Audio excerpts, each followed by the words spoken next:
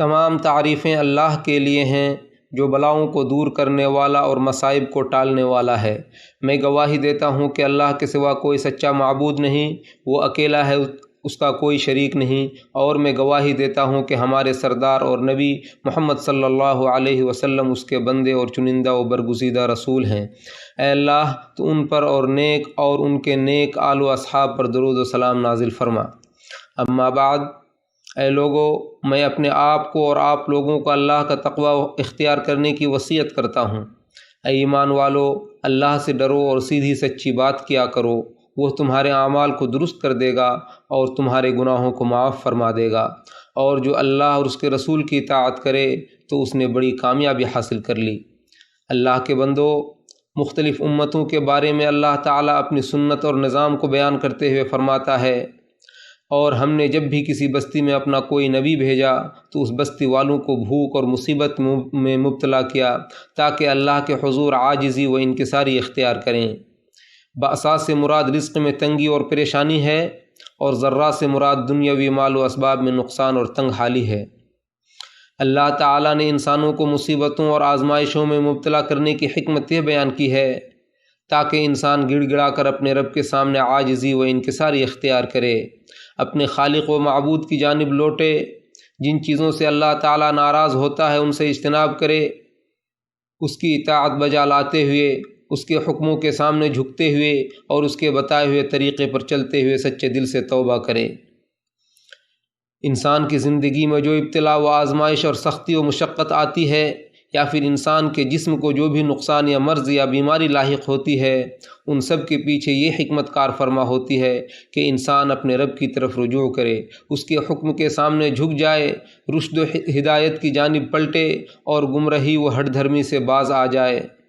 شاید انسان کی سنگ دلی میں کچھ نرمی آ جائے، وہ کچھ نصیحت حاصل کر لے اور ہدایت و بھلائی اور سیدھے راستے پر گامزن ہو جائے۔ ارشاد باری تعالیٰ ہے، اور ہم نے آپ سے پہلے دوسری امتوں کے پاس بھی انبیاء اور رسل بھیجے، پھر ہم نے انہیں بھوک اور تکلیف میں مبتلا کیا کہ شاید عاجزی و انکساری اختیار کریں۔ لہذا یہ ضروری ہے کہ بندہ اپنے نفس کا محاسبہ کرے، خصوصاً ایسے حالات میں جب کہ وہ پے در پہ آزمائشوں سے دوچار ہو، اور اسے چاہیے کہ وہ صدق دل سے اللہ کے دین کی طرف لوٹے اور از سر نو سچی توبہ کرے، حقیقی معنوں میں اس سے مغفرت طلب کرے اور اللہ کے سیدھے راستے پر چلنے کا نئے سرے سے عہد و پیمان کرے۔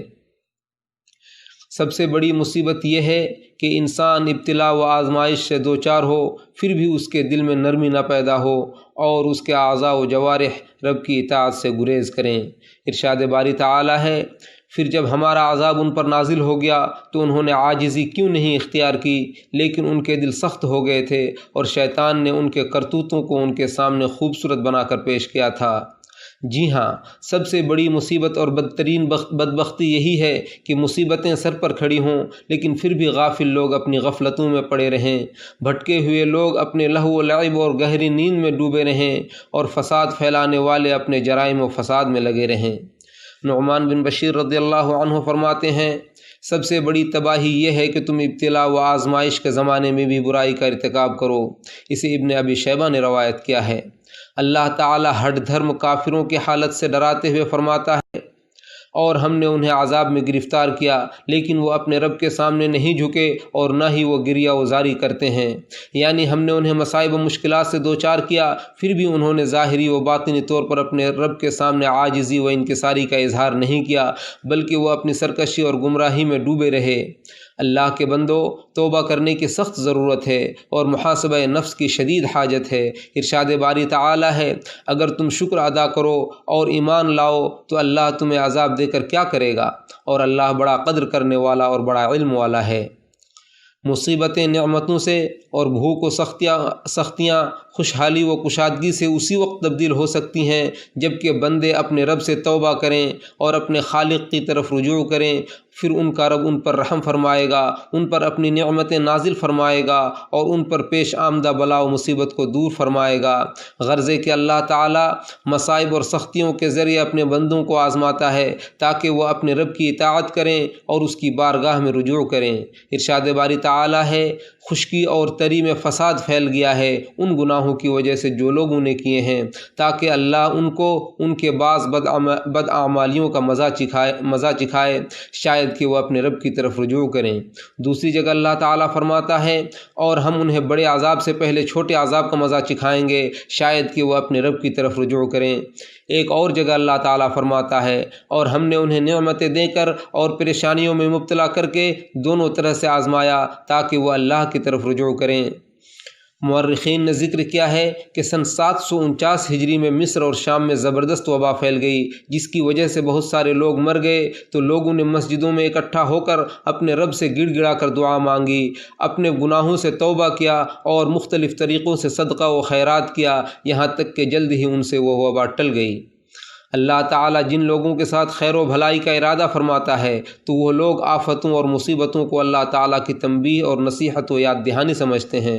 ارشاد باری تعالیٰ ہے اور ہم نے فرعونیوں کو قحط سالی اور پھلوں کی کمی کے عذاب میں مبتلا کیا تاکہ شاید نصیحت حاصل کریں، یعنی نصیحت حاصل کریں، کیونکہ مصیبت سے دلوں میں نرمی پیدا ہوتی ہے اور اللہ کے پاس موجود چیزوں کی چاہت اور اس کی جانب رجوع کرنے کی رغبت پیدا ہوتی ہے۔ اللہ کے بندو، نفس کی پسندیدہ چیز کا حصول اور ناپسندیدہ چیزوں سے نجات اسی وقت ممکن ہے جب کہ ہم سچے دل سے اللہ تعالیٰ سے توبہ کریں۔ ارشاد باری تعالیٰ ہے، اے مومنو، تم سب مل کر اللہ کے حضور توبہ کرو تاکہ کامیاب ہو جاؤ۔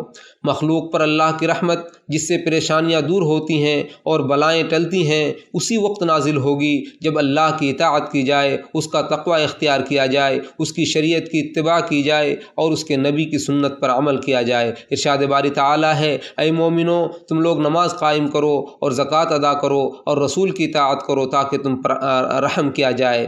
دوسری جگہ اللہ تعالیٰ فرماتا ہے اور جو شخص اللہ سے ڈرتا ہے اللہ اس کے لیے راستہ پیدا کر دیتا ہے۔ نیز اللہ تعالیٰ یہ بھی فرماتا ہے اور جو شخص اللہ سے ڈرے گا اللہ اس کے معاملات کو آسان کر دے گا۔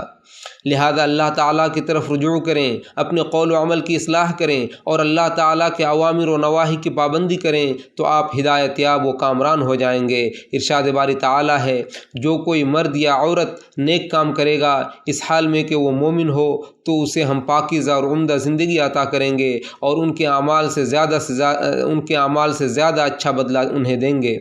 اے اللہ، تو ہمارے نبی اور رسول محمد صلی اللہ علیہ وسلم پر درود و سلام نازل فرما۔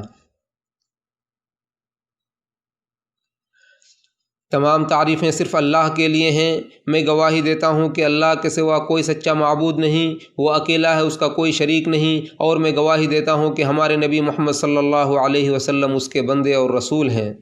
اما بعد، اے مسلمانوں، جب امت مسلمہ کے افراد حقیقی اور سچے معنوں میں اور ظاہری و باطنی ہر طور پر اللہ تعالیٰ پر ایمان لے آئیں گے اور جب وہ اپنی زندگی کے تمام شعبوں اور سرگرمیوں میں اللہ کے بتائے ہوئے راستے پر چلنے لگیں گے تو اللہ تعالیٰ ان پر اپنی برکت کے دہانے کھول دے گا اور پھر وہ بغیر کسی غم و پریشانی کے خوشحال اور پاکیزہ زندگی بسر کریں گے۔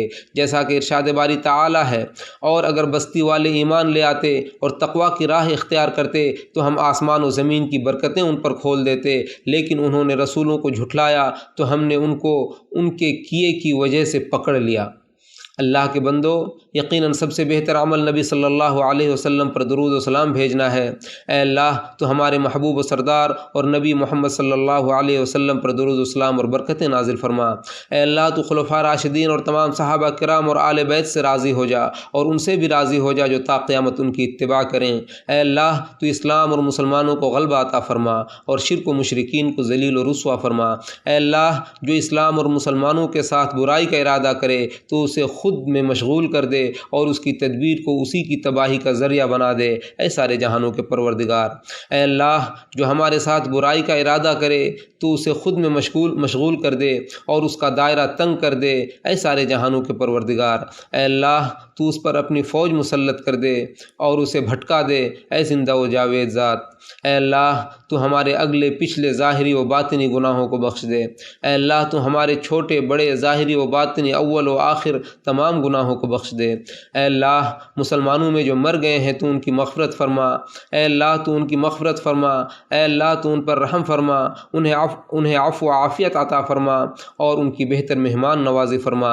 اے اللہ تو ہمیں دنیا میں بھلائی عطا فرما اور آخرت میں بھلائی عطا فرما اور ہمیں جہنم کے عذاب سے محفوظ فرما۔ اے اللہ ہم وبا و بلا سے، مہنگائی و زنا سے، زلزلے اور آزمائش سے اور ظاہری و باطنی فتنوں سے تیری پناہ چاہتے ہیں۔ اے اللہ تو ہماری اور تمام مسلمانوں کی پریشانیوں کو دور فرما۔ اے اللہ تو مسلمانوں کے غموں کو دور فرما۔ اے اللہ تو ان کی تنگیوں کو دور فرما۔ اے اللہ تو ان کی قیمتوں کو سستی کر دے۔ اے اللہ ان میں جو فقیر ہیں انہیں مالدار کر دے۔ اے اللہ تو نوجوانوں کی اصلاح فرما۔ اے اللہ تو مسلمانوں کی زندگی درست کر دے۔ اے اللہ تو انہیں خوشحال اور پاکیزہ زندگی عطا فرما۔ اے ارحم الراحمین، اے اللہ ہم تجھ سے اس مبارک گھڑی میں سوال کرتے ہیں کہ تو مسلمانوں کو حق پر متحد کر دے اور ان پر جو مصیبت، تنگی اور بدحالی ہے اسے دور کر دے۔ اے ارحم الراحمین، اے اللہ تو ہمارے بادشاہ کو اپنی پسند اور رضامندی کے کام کرنے کی توفیق عطا فرما۔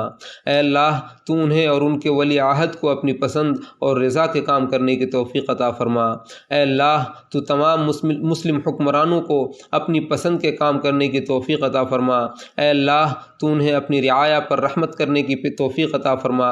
اے اللہ اے زندہ و جاوید ذات، اے اللہ تو مالدار ہے اور ہم فقیر ہیں، تو مالدار ہے اور ہم فقیر ہیں۔ اے اللہ تو بارش نازل فرما، اے اللہ تو بارش نازل فرما، اے اللہ تو بارش نازل فرما، اے اللہ تو ہمارے ملک میں اور تمام مسلم ممالک میں بارش نازل فرما۔ اے اللہ اے روزی دینے والے، اے مالدار، اے قابل تعریف ذات، اے اللہ تو ہم پر بارش نازل فرما۔ اے اللہ تو ہم پر نفع بخش و مبارک بارش نازل فرما۔